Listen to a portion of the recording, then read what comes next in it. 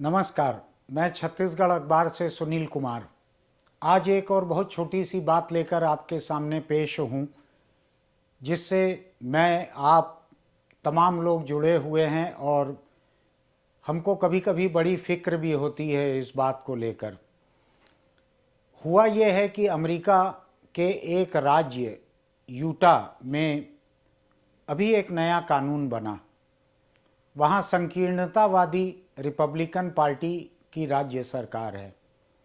उसने कल परसों ही एक कानून बनाया है कि वहाँ सोशल मीडिया अकाउंट खोलने वाले टिकटॉक और इंस्टाग्राम जैसे सोशल मीडिया अकाउंट खोलने वाले तमाम नाबालिग लोगों को उनके माता पिता की इजाज़त लगेगी और उनकी मंजूरी के बाद ही उनकी जानकारी में ही ऐसे अकाउंट खोले जा सकेंगे।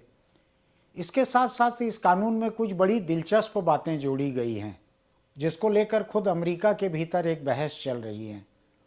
वो यह है कि ऐसे सोशल मीडिया अकाउंट तक, इनके भीतर जो मैसेज बॉक्स रहते हैं वहाँ तक भी ऐसे नाबालिग बच्चों के माँ बाप की पहुँच रहेगी। दूसरी बात, तीसरी बात यह कि रात 10:30 से सुबह 6:30 बजे के बीच नाबालिग बच्चे ये सोशल मीडिया अकाउंट मैनेज नहीं कर पाएंगे, खोल नहीं पाएंगे। ऐसा करने के पीछे एक वजह यह है कि बच्चे बहुत तरह से सही या गलत बातों को देखते हैं, एक दूसरे से कई तरह की संदेश भेजते हैं और माँ बाप को इसको लेकर बड़ी फिक्र होती है।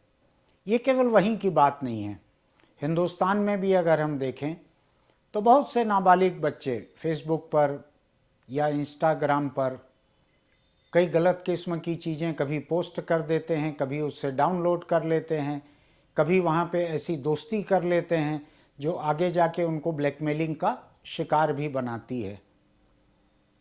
तो अमेरिका में एक बहस अलग चल रही है कि बच्चों की प्राइवेसी, बच्चों की निजता, उसमें माँ बाप का दखल कितना होना चाहिए। क्या 17 साढ़े 17 साल के बच्चे जो हैं, जो वहाँ के उस राज्य के लिए नाबालिग हैं, तो क्या उन बच्चों के संदेशों के ऊपर, मैसेज बॉक्स के ऊपर माँ बाप की नज़र रहनी चाहिए? क्या इससे उन बच्चों का बौद्धिक विकास, उनका व्यक्तित्व विकास ये प्रभावित होगा? ऐसी एक अलग बहस वहाँ चल रही है।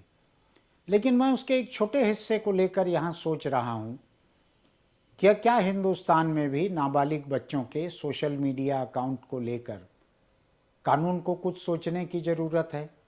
कानून के अलावा समाज को कुछ सोचने की ज़रूरत है, क्योंकि बहुत सारे मामलों में ये हो रहा है कि व्हाट्सएप जैसे मैसेंजर के मामले में या फेसबुक में दोस्ती करने के मामले में कई मामलों में नाबालिग बच्चे कई तरह की चूक कर रहे हैं। ये भी है कि उनका व्यक्तित्व विकास जो है उसका एक हिस्सा बन गया है, क्योंकि अधिकतर बच्चे इनका इस्तेमाल करते हैं।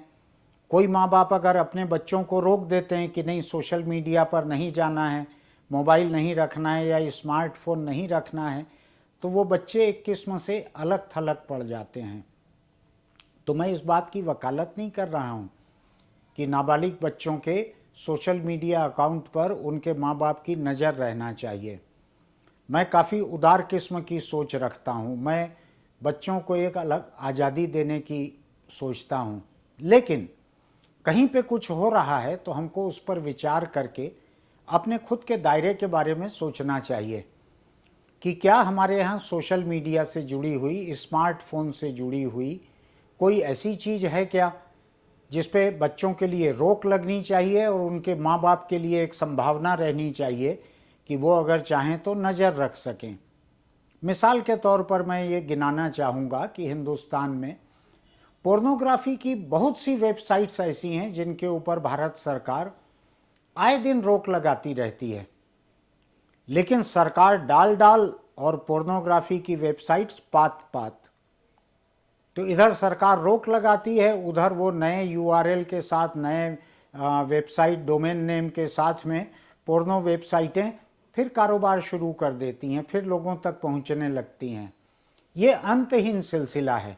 टेक्नोलॉजी इस जंग को कभी कम नहीं होने देगा, ये बढ़ती ही चली जाएगी। तो ऐसी हालत में ये भी सोचने की ज़रूरत है, सरकार भी सोच रही है कि पोर्नो वेबसाइट तक बच्चों की पहुंच कैसे कम की जाए। माँ बाप को भी सोचना चाहिए कि इसमें कौन सी बातें ऐसी हैं जो बच्चों के बौद्धिक विकास, व्यक्तित्व विकास से जुड़ी हुई नहीं हैं, और कहाँ पे उनका दखल होना चाहिए। मैं न अमेरिका की नकल करने के लिए कह रहा हूँ, न मैं यूरोप के दूसरे देशों की तरह की आज़ादी की वकालत कर रहा हूँ कि जहाँ ब्रिटेन में 13 साल 14 साल की स्कूली लड़की माँ बन जाती है और ये भी सामान्य बात है, वहाँ पे उसके ऊपर कोई रोक नहीं है। ब्रिटिश स्कूलों में एक वक्त ये था जहाँ बच्चों को ये सिखाया जाता था कि किस तरह सेक्स संबंधों के दौरान कंडोम का इस्तेमाल करना चाहिए। इसलिए करना चाहिए कि आपको सेक्स करना है तो करो, लेकिन लड़कियां प्रेग्नेंट ना हों। तो वहाँ एक अलग किस्म की ये आज़ादी की बात है। तो दुनिया के अलग अलग हिस्सों में आज़ादी के अलग अलग पैमाने हैं। तो अभी ये नया एक पैमाना अमेरिका के एक राज्य से सामने आया, उसको लेकर मुझे सूझ रहा है कि हिंदुस्तान के माँ बाप ये सोचें कि मोबाइल फ़ोन पे ऐसी कौन सी चीज़ है जिससे वो अपने बच्चों को दूर रखना चाहेंगे। और कई बार ये होता है कि भारत में संसद जब कोई नया कानून बनाने जाती है तो वो अखबारों में इश्तहार छपवाकर आम लोगों से राय भी मांगती है कि उसे सुझाव चाहिए कि लोगों का क्या कहना है, इस कानून में क्या जोड़ना चाहिए। तो हो सकता है किसी दिन आईटी एक्ट में ऐसा कोई संशोधन आए, किसी दिन बच्चों के लिए कोई एक ऐसा नया कानून बनाने आए सोशल मीडिया के लिए। उस हालत के लिए हमको दिमागी रूप से तैयार भी रहना चाहिए। अगर हमने कुछ सोचा हुआ नहीं है तो हम ये मान लेंगे कि कानून बनाने का काम सरकार का है, लेकिन उससे प्रभावित तो हम, हमारे बच्चे, हमारा समाज होगा। इसलिए मैं ये चर्चा यहाँ पे छेड़ रहा हूँ कि अमेरिका के इस एक राज्य के इस एक नए कानून को लेकर हमको हिंदुस्तान के बारे में भी सोचना चाहिए कि क्या हमारे लिए उससे कुछ सीखने की ज़रूरत है या वो फिजूल का है। हम अपने बच्चों की निजता पे कोई असर डालना नहीं चाहते।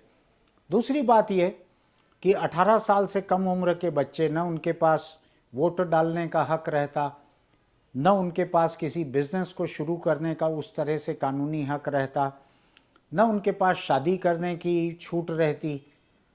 तो इस उम्र के बच्चों के लिए किस किस तरह की और बंदिश रहनी चाहिए या नहीं रहनी चाहिए, इसके बारे में सोचें ज़रूर। ये बात बहुत छोटी सी है, लेकिन आज की छोटी सी बात यही है कि हमको ये सोचना है कि नाबालिग बच्चे, छोटे बच्चे और बालिग होने की उम्र से और कम के 13, 14, 15 साल के बच्चे, इनको सोशल मीडिया पर अकाउंट खोलने मिले न मिले, माँ बाप की इजाज़त लगे न लगे, इस बारे में हमको सोचना ज़रूर चाहिए।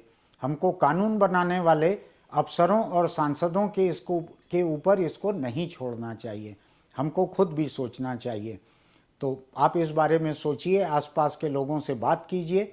कल मैं फिर किसी एक मुद्दे को लेकर आपके सामने रहूँगा। तब तक के लिए नमस्कार।